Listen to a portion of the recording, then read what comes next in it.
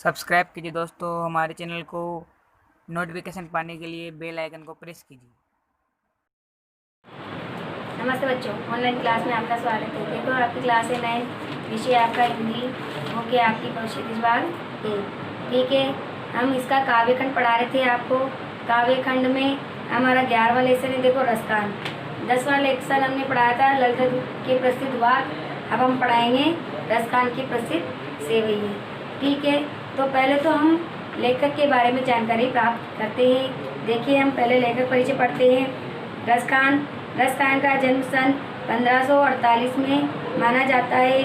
उनका मूल नाम सैयद इब्राहिम था और वे दिल्ली के आसपास रहने वाले थे। कृष्ण भक्ति ने उन्हें ऐसा मुग्ध कर दिया था कि गोस्वामी विठलनाथ से दीक्षा ली और ब्रजभूमि में जा बसे। सन 1628 में उनकी मृत्यु हो गई। सुजान रसखान और प्रेम वाटिका उनकी उपलब्ध कृतियाँ हैं। रसखान रचनावली के नाम से उनकी रचनाओं का संग्रह मिलता है। प्रमुख कृष्ण भक्त कवि रसखान की अनुरक्ति न केवल कृष्ण के प्रति प्रकट हुई है बल्कि कृष्ण भूमि के प्रति भी उनका अनन्य अनुराग व्यक्त हुआ है।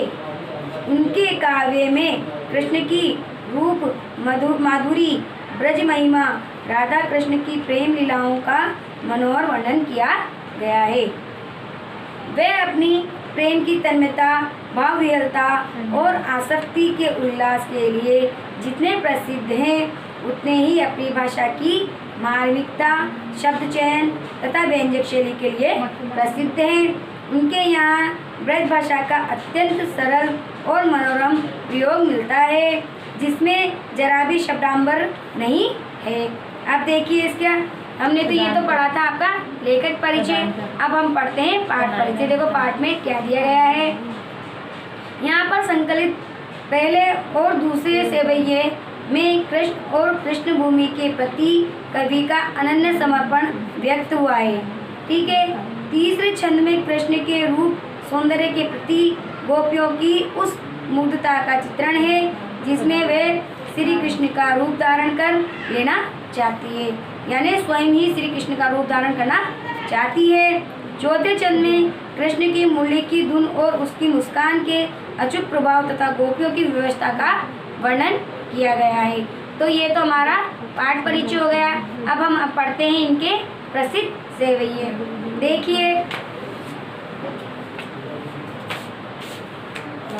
हाँ देखो आपका पहला जो सेवैया है इसको हम पढ़ते हैं। मानुष हो तो वही रसखानी, बसो ब्रज गोकुल गांव के ग्वारन। अब देखो इसमें कवि रसखान ने अपने आराध्य श्री कृष्ण को अपने समीप पाने के लिए अपनी इच्छा व्यक्त की है। ठीक है, तो देखिए आप इसमें मानुष हो तो वही रसखानी, बसो ब्रज गोकुल गांव के गवारन। इसमें कवि रसखान ने कहा है कि यदि मैं अगले जन्म में मनुष्य योनि को प्राप्त करूं तो मेरी इच्छा यह है, यदि मैं अगले जन्म में मनुष्य योनि में जन्म प्राप्त करूं तो मेरी इच्छा यह है कि मैं ब्रज में गोकुल गांव के ग्वालों के साथ निवास करूं। क्या कहा उन्होंने कि यदि मैं मनुष्य रूप में जन्म लूं तो ब्रज में गोकुल गांव के ग्वालों के साथ निवास करूं। ठीक है, दूसरा देखो, जो पशु हो तो कहाँ बस मेरो, चरो नित नंद की धेनु मजारन। इसमें कवि रसखान ने कहा है कि यदि मैं पशु योनि में जन्म लूँ तो उसमें मेरा कोई वश नहीं चल सकता है। यदि मेरा पशु की योनि में जन्म हुआ तो मेरा उसमें कोई वश नहीं चलता है। फिर भी मेरी इच्छा है कि मैं नंद की गायों के बीच में रहकर, उन चरने वाली गायों के बीच में रहकर उनकी गाय बनूं। मतलब इसमें कवि ने कहा है कि मैं नंद की गाय जो चर रही है उनके बीच में रहकर उनकी गाय बनूं। पान हो तो वही गिरी को, जो कियो हरि छत्र पुरंदर धारण। अब इसमें कवि ने कहा है कि यदि मैं पत्थर बनूं तो उसी गोवर्धन पर्वत का बनूं जिसे श्री कृष्ण ने इंद्र के क्रोध से ब्रजवासियों की रक्षा के लिए अपने हाथ पर धारण किया था। जो खग हो तो बसेरो करो, मिली कालिंदी फूल कदम की डाल। अब इसमें कवि ने कहा है कि यदि मैं पशु योनि में जन्म लूं तो मेरी इच्छा यह है कि मैं यमुना के किनारे पर स्थित कदम की डालियों पर अपना बसेरा बनाकर रहूं।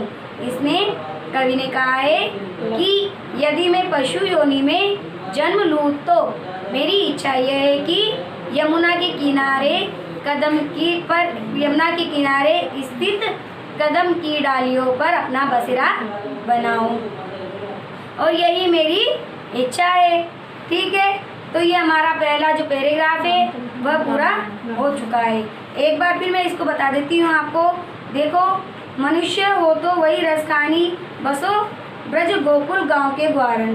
देखिए, इसमें कवि ने श्री कृष्ण को अपने समीप पाने की इच्छा को व्यक्त करते हुए कहा है कि यदि मैं अगले जन्म में मनुष्य योनि में जन्म लूं तो मेरी इच्छा यह है कि मैं ब्रज में गोकुल गांव के ग्वालों के बीच में निवास करूं।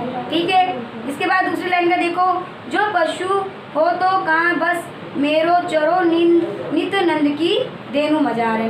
इसमें कवि ने कहा है कि यदि मैं पशु बनूं तो उसमें मेरा कोई वश नहीं है, फिर भी मेरी इच्छा यह है कि मैं यह नंद की गायों में के मध्य चरने वाली एक गाय बनूं, यानी जो नंद की गाय चर रही है उनके मध्य चरने वाली मैं उनकी गाय बनूं। ठीक है, इसके बाद देखिए, पान हो तो वही गिरी को जो कियो हरि छत्र पुरंदर धारण। इसमें कवि ने कहा है कि यदि मैं पत्थर बनूं तो उसी गोवर्धन पर्वत का बनूं जिसे श्री कृष्ण ने इंद्र के क्रोध से ब्रजवासियों की रक्षा करने के लिए अपने हाथ पर धारण किया था। जो खग हो तो बसेरो करो, मिली कालिंदी कुल कदम की डारण। अब इसमें कवि ने कहा है कि यदि मैं पशु बनूं तो मेरी यही इच्छा है कि मैं यमुना के किनारे स्थित कदम की डाल पर अपना बसेरा बनाऊं। ठीक है, अर्थात मेरा कहने का यह है कि मैं अपने श्री कृष्ण के समीप रहना चाहता हूं और मेरी यही भगवान से विनती है। ये आपका पहला पैराग्राफ खत्म होता है। अब देखो, हम दूसरा सेवैया पढ़ते हैं इसका। या लकुटी अरु का मरिया पर राज तिहुपुर को तजी डारो। अब देखो, इसमें कवि रसखान ने श्री कृष्ण की प्रिय वस्तुओं के प्रति अपना अनुराग यानी अपने प्रेम दर्शाते हुए कहा है कि श्री कृष्ण की या लकुटी अरु कमरिया पर राज तिहुपुर को तजी डारो।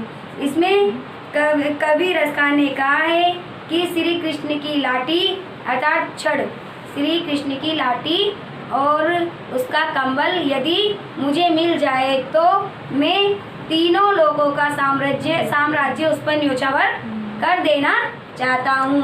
इसमें कवि कहता है कि यदि मुझे श्री कृष्ण की लाठी और उनका कंबल मिल जाए तो मैं तीनों लोगों का साम्राज्य उनके ऊपर न्योछावर कर देना चाहता हूँ। दूसरा देखो, आठों सिद्धि नौ निधि के सुख नंद की गाय चराए विसारो। इसमें कवि ने कहा है कि यदि मुझे नंद की गाय चराने का सौभाग्य मिल जाए तो मैं आठों सिद्धि और नवनिधियों के सारे सुख न्योछावर कर देना चाहता हूँ, यानी त्याग देना चाहता हूँ। रसखान कबो इन आखिन सो ब्रज के वन बाग तड़ा निहारो। इसमें कवि रसखान ने कहा है कि यदि मेरे नेत्र ब्रज के बाग और तालाब को देखने का सौभाग्य मिल जाए, यदि मेरे नेत्रों को ब्रज के बाग और तालाब और नदियाँ देखने को मिल जाए और वहाँ के जो कलिंदी के बाग हैं उनमें घूमने का सौभाग्य मिल जाए तो मैं उन पर सोने के करोड़ों महल न्यौछावर कर देना चाहता हूँ। कोटि के कलधोत के धाम, करिल के कुंजन ऊपर वारो। देखिए एक बार फिर इसमें कवि ने कहा है कि यदि मेरे नेत्र, ठीक है, यदि मेरे नेत्रों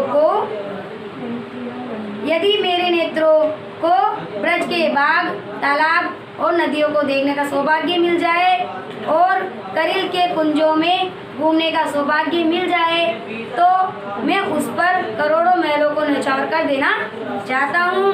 अर्थात कवि ये कहता है, इसमें ये कहना चाहता है कि श्री कृष्ण की संबंधित सभी वस्तुएं मेरे लिए बहुत ही सुख प्राप्त करने वाली होती है, इसलिए उससे अनमोल वस्तु मेरे लिए कोई भी नहीं है। जो श्री कृष्ण मेरे आराध्य की जो वस्तुएं हैं वह मेरे लिए बहुत ही अमूल्य है, उसके अलावा मुझे कुछ नहीं चाहिए। ठीक है, ये आपका दूसरा पैराग्राफ है। अब इन दोनों पैराग्राफों में अगर आपको कुछ समझ में नहीं आता है तो आप पूछ लेना, फिर हम इसके बाद अगली क्लास में आपको ये लेसन पढ़ाएंगे।